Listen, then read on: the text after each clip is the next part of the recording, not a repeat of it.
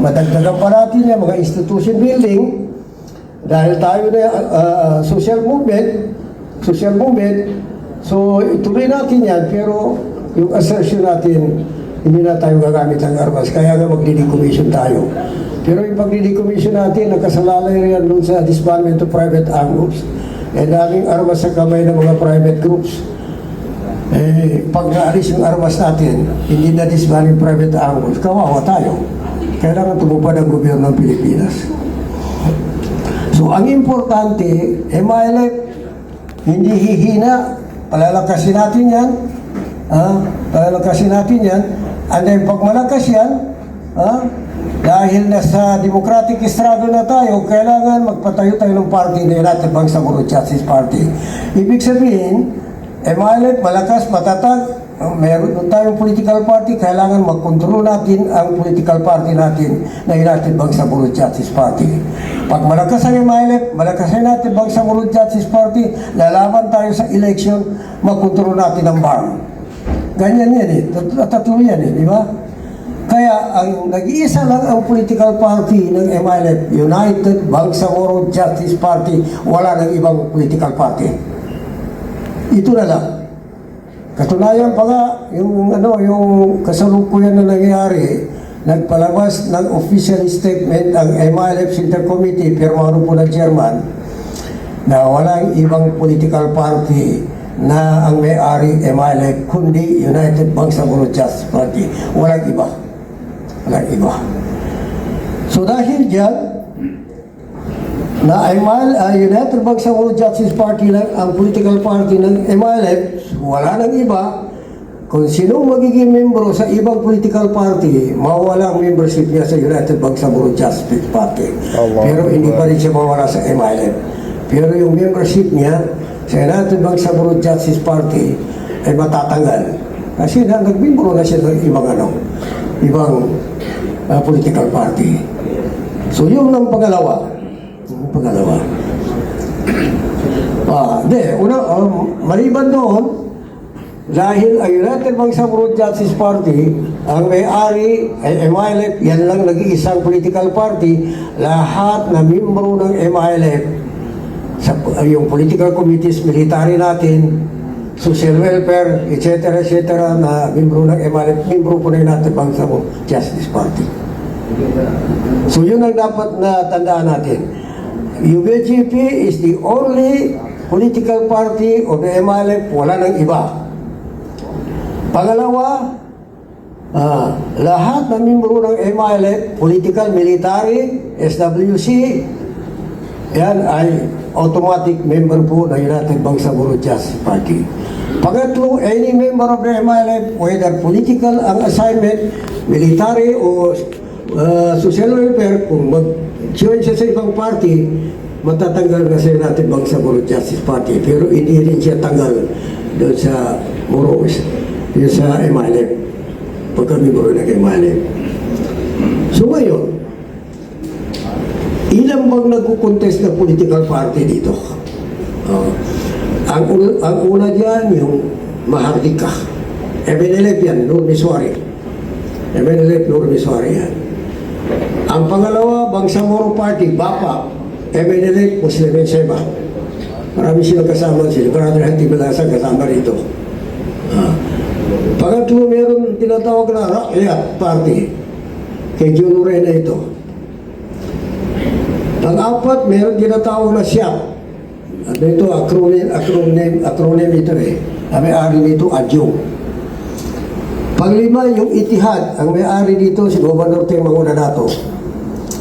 Panglima, pang-anim, Bangsamoro People's Party, kay Brother Mujib. Ito. Then, pang-walo, 1, 2, 3, 4, 5, 6. Pang-pito, Moro Ako. Sa Lanao. And then, ano pa yung kay doon? Pro Bangsamoro. Pro Bangsamoro. Yung Pro Bangsamoro kay MP doon noong. So, meron po tayong MILF, United Bangsamoro Justice Party. Ayun pala, yung SIAP, Itihad, Bangsamoro People's Party, at yung Magunadato, Mujib, meron silang Bangsamoro Grand Coalition. Existing pa rin yan. Existing pa rin yan. Pero, doon sa alliance nila, meron kanya-kanyang plataforma. Halimbawa, kung meron silang engagement, depende kung isa o dalawa ay sasama o hindi. Meron may kalayaan. Yung membro doon sa alliance na kung yung dalawa gusto makipag-usap ito o magkasundo, hindi nabayin yung the third party na susunod. Yun ang sabi sa akin. Yung atin yun, United Bangsamoro Justice Party. Okay. Ang susunod niya, meron abot. Alliance of Bangsamoro of Tribe People's Party. Itong abot. Ito, hindi ito may-ari, ang may-ari nito, hindi MLF. Ito sa LBO, yung League of Bangsamoro Organizations. Pero, ang philosophy nila, yung tribe people, halimbawa, yung Kristiyano man, di man automatic bumoto yan sa UBJP. Di ba? So, yun ang exert sila ng effort, yung mga Kristiyano, magkuha nila ng butante kasi may Kristiyano silang kandidato rito. And then indigenous people, sa amin, meron ng mga Tidura, Lambayan, Higawnon. So dito sila mag-concentrate kasi itong mga tao na ito, grupo na ito, hindi automatic tutulong sa atin. And then yung mga areas na, mga muro areas na hindi automatic na susuporta ng MLF. So doon sila mag-concentrate yan. Yung abot. So ang pinaka latest, yung Bangsamoro Federalist Party. Ito yung mayroon maraming mga commanders natin sumapi rito. Siguro dito sa Basilan, meron din sumapi rito. Siguro mas alam niyo kung sino. So ito, karamihan dito, membro ng MLF, meron mga commanders, meron committee officials, meron din mga tao na hindi identified sa MLF, mga abogado kasama rito. Kasama rito. So bakit Bangsamoro Federalist Party? Ito, ang inspiration dito, sabi nung nakakaalam, na-inspire sila ni Tamayo. Kasi sa Pilipinas, ang presidente ng yung Federal Party. Ano ba yan? Hats? Yung kay Tamayo? Saan si Hats? Hats? Yung kay Tamayo? Philippine Partido Federal ng Pilipinas. So inspired daw ito. Bangsamoro Federalist Party. So nag-organize sila.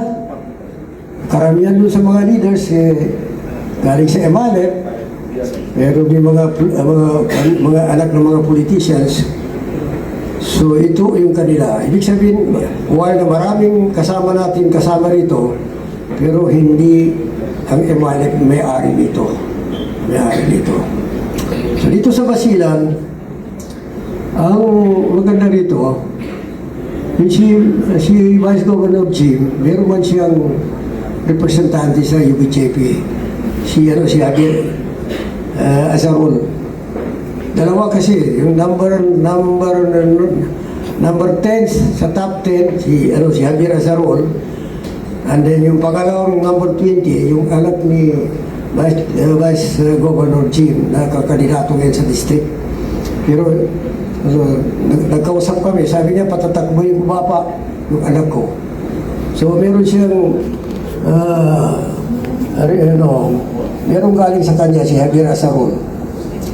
And then naman yun si Governor Jim, ay Governor Mujib. Sabi niya, libre man ng MLF dito buboto. Butuhin nilang UBJP, wala akong problema dyan. So maganda dito sa Basilan, at least may kalayaan dito. Kaya ang maganda dito, suggestion ko, brother, Stud Fights, at saka si Mosbir. Yung mga kasama natin dito, yung mga commanders natin, political committees, tingnan ninyo yung mga municipalities dito. Kailangan magkaroon po tayo ng programa, plano, na bawat isa makasuporta. makasuporta doon sa yung mga kandidato na at least nagkakaintindihan tayo. Lalo si Musmir Alodi, kandidato man ito. Ano bang district yun sa'yo? District 2. Group 2. So, siguro ang importante dito, sa tingin ko, mahirapan ang mga political party magka-majority. Kasi sa parliamentary system, dahil 80 po yan, so sino makakuha ng 41, yun na maka-form ng government. Sila ang pipili ng chief minister, sila ang pipili ng speaker ng parliament. Ngunit kahit napipiliin nila, pero idadaan pa rin yan sa election. Kaya kung makakuha tayo ng at least 41, tayo mag-form ng government. Kung hindi, walang political party na makakuha ng majority, 41, magkukoalisyon yan. Magkukoalisyon yan. So doon sa coalition, sino ang magkakalapitang plataforma,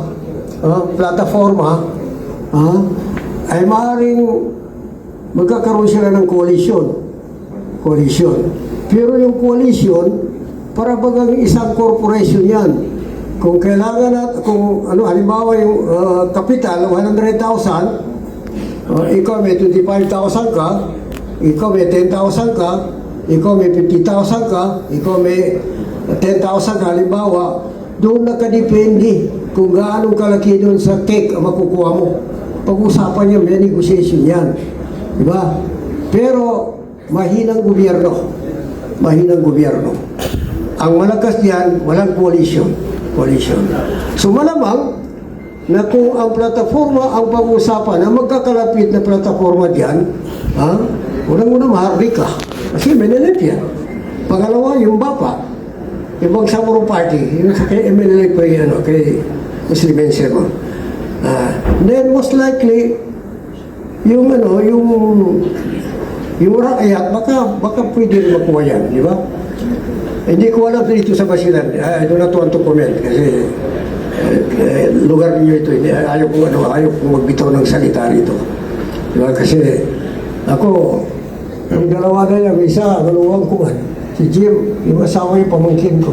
Ito naman si Mujib, 2000 pa, magkaibigan na kami. Di ba? So, nirespeto ko yung dalawa. Kung anong problema, ang pwede ko lang magawa na masyadong maliit, kung paano medyo makatulong tayo sa medyo maayos kung sakaling kailangan yun. So I respect the people of Basilan, I respect the two leaders, magkapatid yan, di ba? Kapatid yan. So more or less ito ang political party. Kailangan natin manalo tayo, inshallah.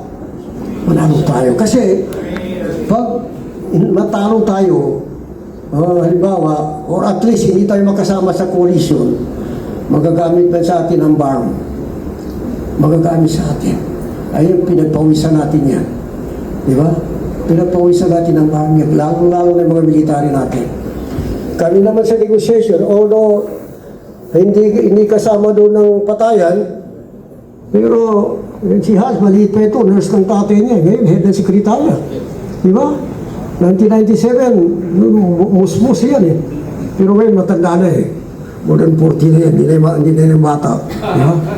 Ako, siguro alam naman ninyo, 1997 to middle of 2000, membro ko ng negotiating team ng MLF.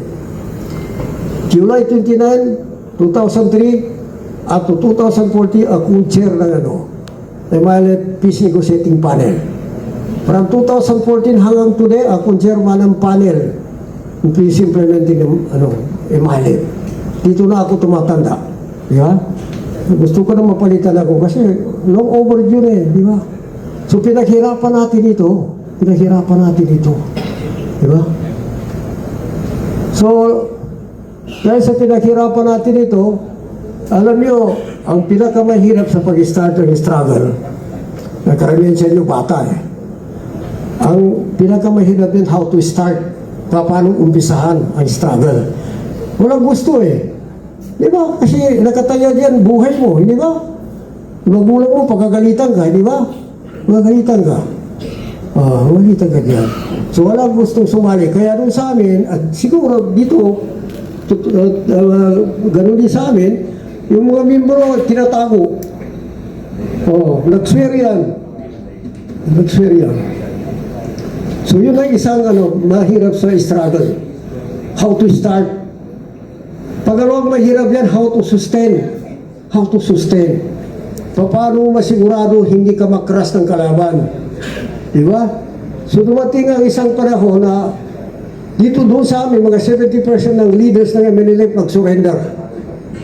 Nag-surrender. Pati rin dito sa inyo, maraming matanyag na mga pangalan nag-surrender. Sa sulugan din. Ganun din. So ang pangalawang mahirap, how to sustain the struggle. Paano mo masigurado makasurvive ka. And then, ang pinaka mahirap din, kung mag-aani na yan di ba? Ay mas mabilis na 4 yung hindi sumali di ba? At ang naging challenge pa doon, dahil karamihan sa sumali sa MNLF, hindi ba nakapag-aral yan? Hindi ba nakapag-aral yan? Kaya kung dumating tayo ngayon, yung mga kasama natin sa umpisa, karamihan sa kanila matanda na, pangalawa wala na pag-aralan, halimbawa, kung pag-usapan, empleyado, hindi ba ka-empleyado yan? Di ba? Hindi ba ka-empleyado yan? So, ang magka-empleyado dyan, yung karamihan, di man tumulong noon, di ba? So, masakit. Pero, ang importante dito, pag hindi nasira yung sinusumpa natin, kasi wala namang precondition na sumali tayo, yung mas matatanda sa inyo. Nasasali ka rito, magiging membro ka ng parliament. Wala sa usapan yun, lillahi ta'ala yung pagsali natin dito. Pero hindi natin sila mablame na dumating tayo sa punto ngayon, meron na tayong nakikita benefits. Siyempre, tao tayo, kailangan din natin yun, di ba? Kailangan natin yan. So, ang mas mabilis ngayon, yung mga tao na walang ginawa noon. Diba? Pero, ang importante dito, kami na mas nakakatanda sa inyo, si Brother Ed Ali, si Ustaz Ali Faiz, hindi ko nasari si Young Fighter. Although Young Fighter ay matanda na ngayon yan. Ang importante, the last part of our life, hindi masira yung paniniwala natin. At saka yung mga tao na masira ang kanilang sinusumpa, ay magiging sila yan. Magiging part ng history natin. Itong pamilya na ito, surrender, tumayiwalag sa MILF. Hindi maganda yung gano'n. Hindi tayo nagtulong sa Allah na yung paninindigan natin. Ako, ito na last point. Ako, ang binansagan ako hardliner. Hindi ba ako hardliner? Ako ay negotiator. Hindi ka pa magiging negotiator kung hardliner ka. Kasi negotiator ay kailangan mag-bargain ka niyan. Pero sa pag-bargain, meron ka hindi na pwedeng, hindi mo panindigan yan. Meron sa aspeto ng pag-uusap na pwede mo ibigay at may makukuha ka. Pero at a certain point, yung mismo paninindigan mo, hindi mo pwedeng i-bargain yan. Di ba? Pero sabi ng gobyerno, hardliner naman ako. One reason, mga two-third ng lahat ng agreement, akong pumirma. Pangalawa, ito aspiration ito. Hindi na natin pinag-usapan ng independensya. Hindi na natin pinag-usapan how to make the words of Allah supreme. Ang pinag-usapan natin autonomy. Ang pinag-usapan natin CAP. So pag ginibap natin ang CAP, yung autonomy na compliance sa CAP, ano ba yung assert natin? Kung ang efforts natin ngayon, babalikan natin yung dating sitwasyon na kung ano ang kahilingan ng gobyerno ng Pilipinas, kahit nalabag sa kasunduan, kahit nalabag sa comprehensive agreement ni Bangsamoro, papayag tayo. So, ano purpose ng paglaban natin sa gobyerno kung ganun pa rin ang babalikan natin? Kumbaga sa amin, mas mabuti pa, hindi na pupunta sa palengke kasi yung pinuntahan niya doon sa palengke, ganun pa rin doon sa bahay. Hindi ko alam kung paano pag-translate yan sa Tagalog. So anyway, with that, dahil kami uwi rin ngayon, no? Baka inshallah babalik pa kami dito na medyo matagal kami rito kasi kailangan natin tumulong kami na paano natin i-organize ito. Organize yung paano ang galaw natin dito. Pero nandito naman si Brother Hospice, si Fights, si Abasalog at saka yung mga ibang commanders natin nandito. So with that, siguro ito na lang muna. Kung may tanong kayo, sasagutin namin. Assalamualaikum warahmatullahi wabarakatuh.